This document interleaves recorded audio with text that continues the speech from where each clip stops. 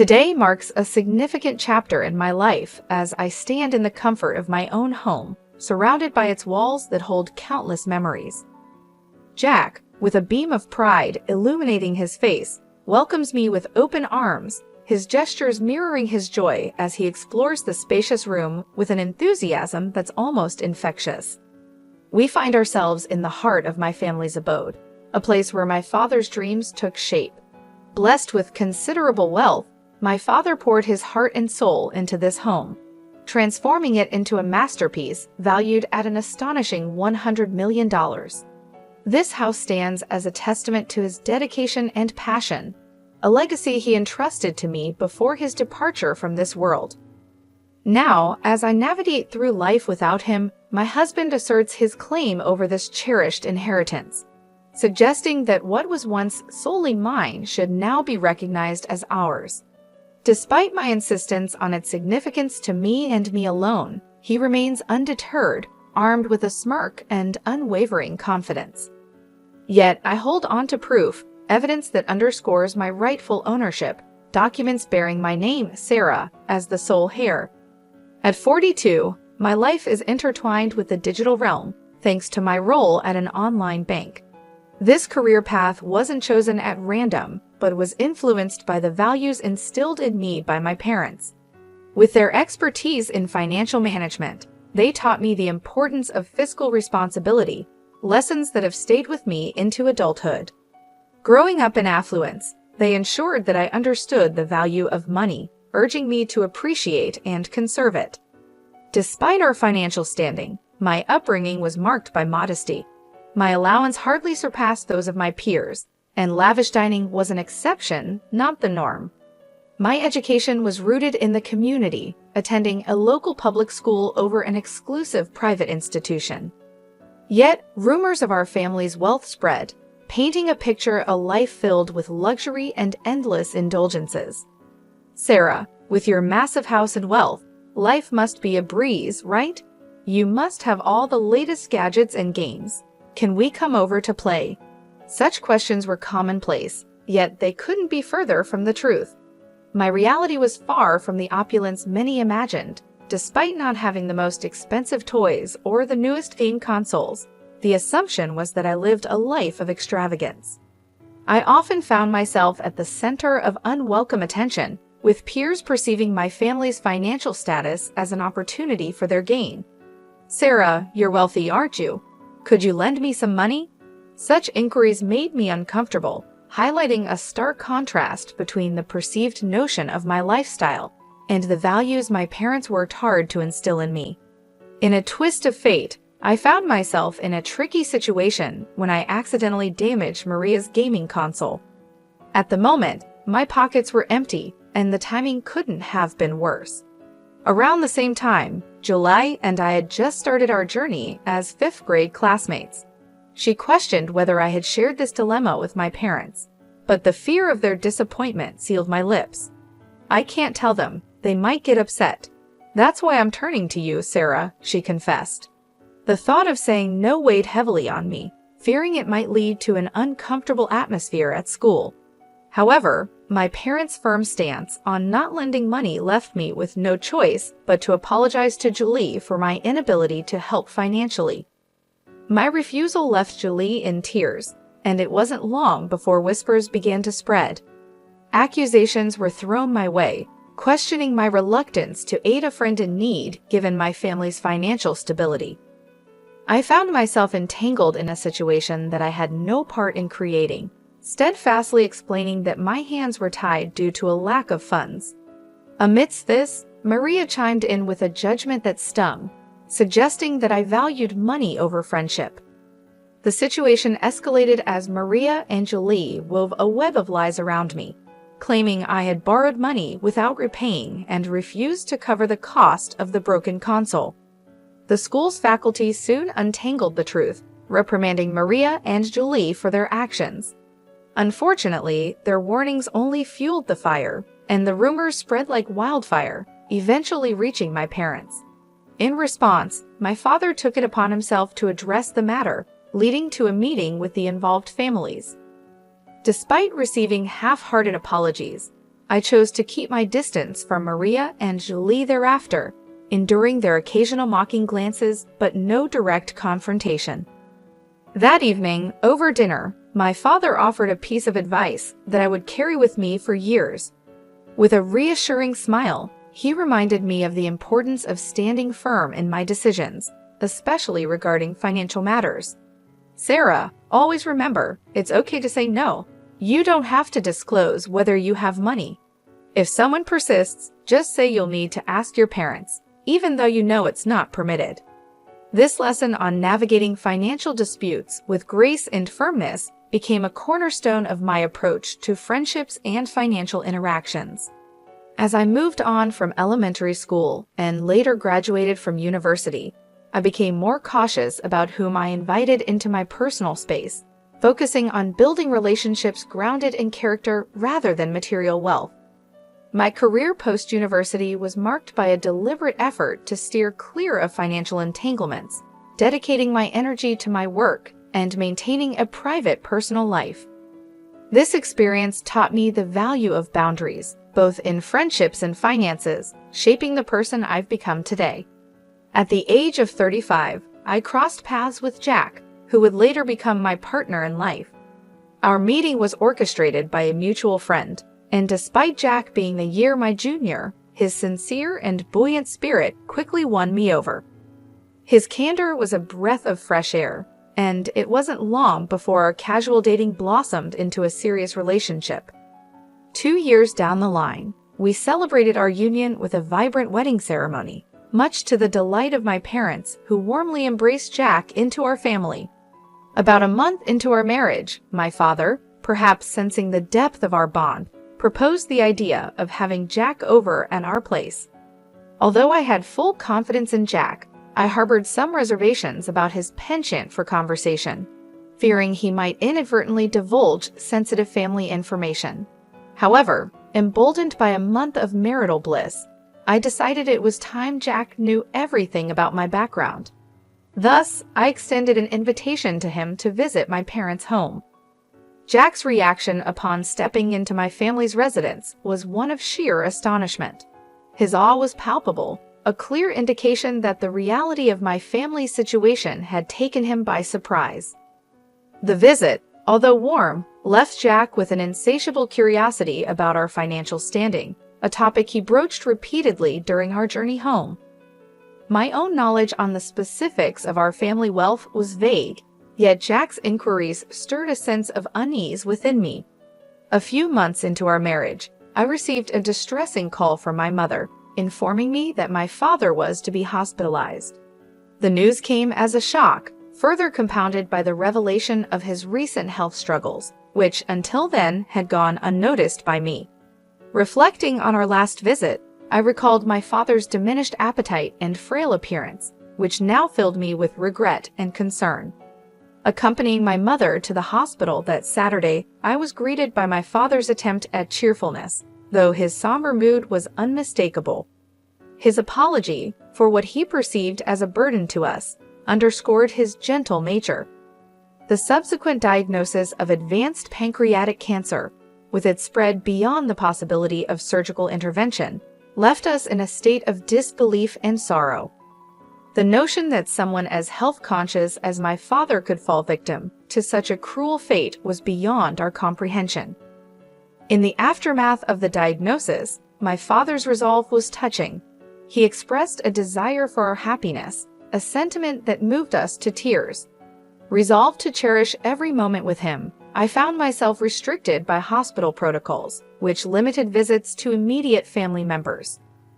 My father's longing for the presence of friends and the creation of joyful memories at our home was a poignant reminder of the life he wished for us.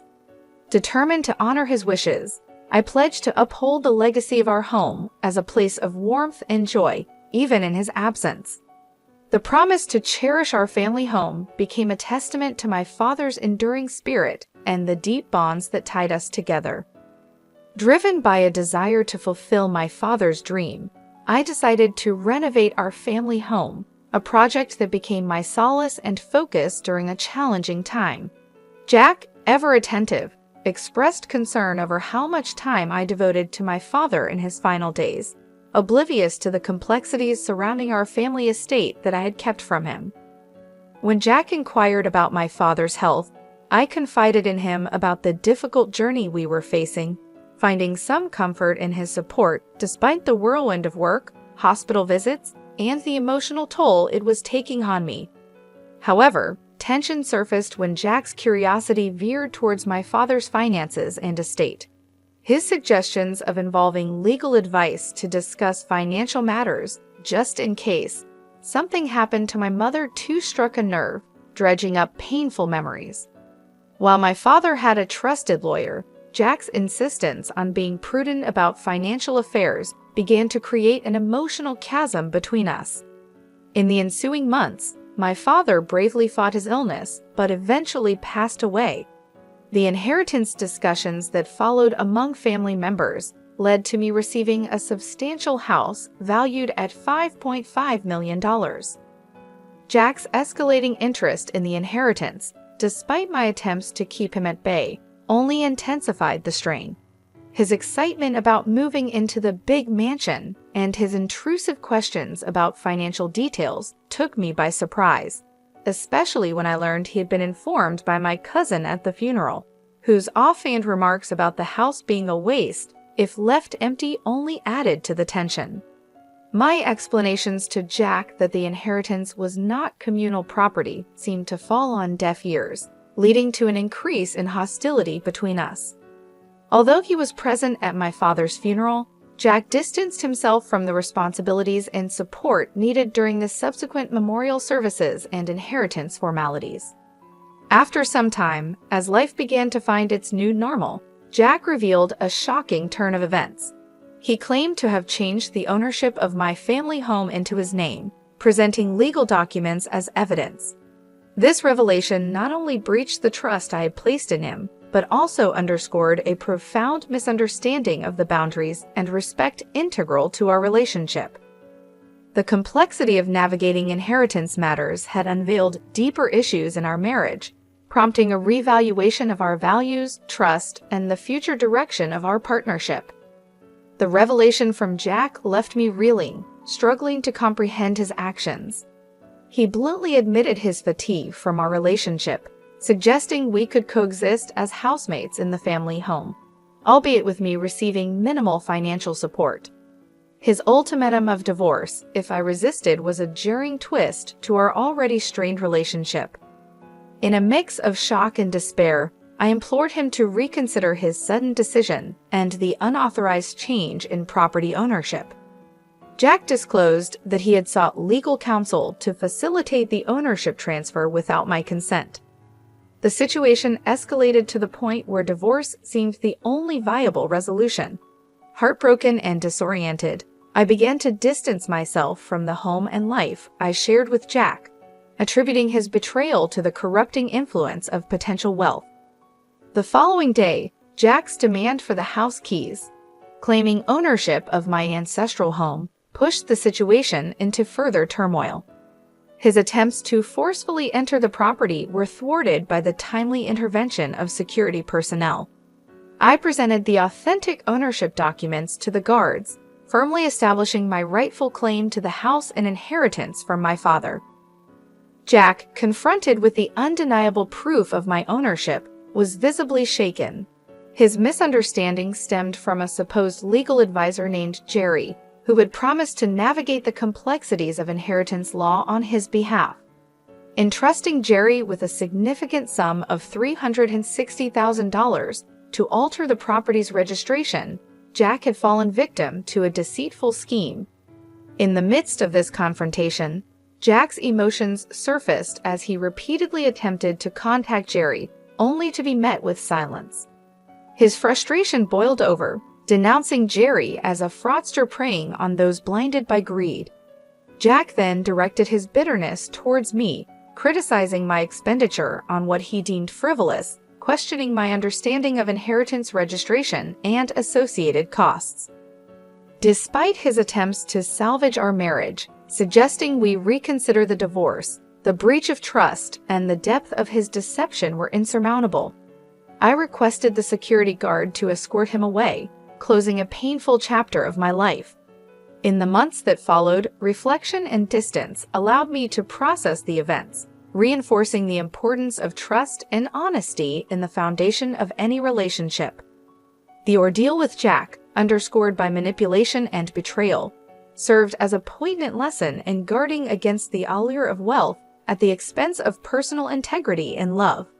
On the solemn occasion of my father's first memorial service, held at our family temple, Jack made an unexpected appearance. Since our divorce, life had not been kind to him.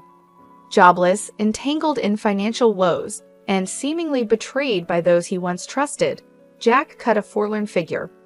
His disheveled state spoke volumes of his plight, standing in stark contrast to the respectful solemnity of the day. As he attempted to express his apologies amidst tears, his actions inadvertently shifted the focus away from the memorial, causing a stir among my relatives. Despite his emotional turmoil, I found myself compelled to ask him to leave, a request that ultimately necessitated intervention by security. This incident, happening during such a poignant moment, left me with mixed feelings. Eager to move forward and distance myself from the shadows of our shared past, I decided to relocate from my parents' home, a decision that had been in the works. I settled into a new abode, severing my connections with Jack, who, despite everything, continued to visit the family property, now transformed into a thriving rental villa. My mother and I embarked on this new venture together, managing the villa that blossomed into a vibrant place of joy and respite for many. Jack, on his end, appeared to have embarked on a path of self-improvement, securing a new job and earnestly pursuing a fresh start. The transformation of our family home into a rental villa not only honored my father's vision, but also became a haven for guests from diverse backgrounds. The villa, celebrated for its picturesque setting and expansive garden, quickly grew in popularity, hosting an array of events from intimate weddings to joyous family gatherings. Managing it alongside my mother deepened our bond and immersed us in a fulfilling journey of hospitality and service. In time, the success of the villa enabled us to enhance its offerings, introducing a swimming pool, an inviting outdoor lounge area, and a playful corner for children. Our dedication to creating a welcoming and memorable experience for our guests solidified the villa's status as a premier destination, drawing travelers in search of tranquility and unforgettable moments. This venture not only allowed us to realize my father's dream, but also provided a platform for creating cherished memories, echoing the warmth and hospitality that he always envisioned for our home. While tending to the garden of our rental villa, a sense of profound satisfaction washed over me. The transformation of our family home into a haven where guests could gather, celebrate, and forge enduring memories filled me with pride. I could almost feel my father's pride in what we had achieved with his vision. This venture had not only turned his dream into reality, but also bestowed upon us financial stability and a newfound independence. The journey here taught me invaluable lessons about trust, money, and the resilience needed to carve out my own path, distinct from the shadows of my past experiences. In this journey of self-discovery, I learned that adversity could indeed shape a more resilient and determined future.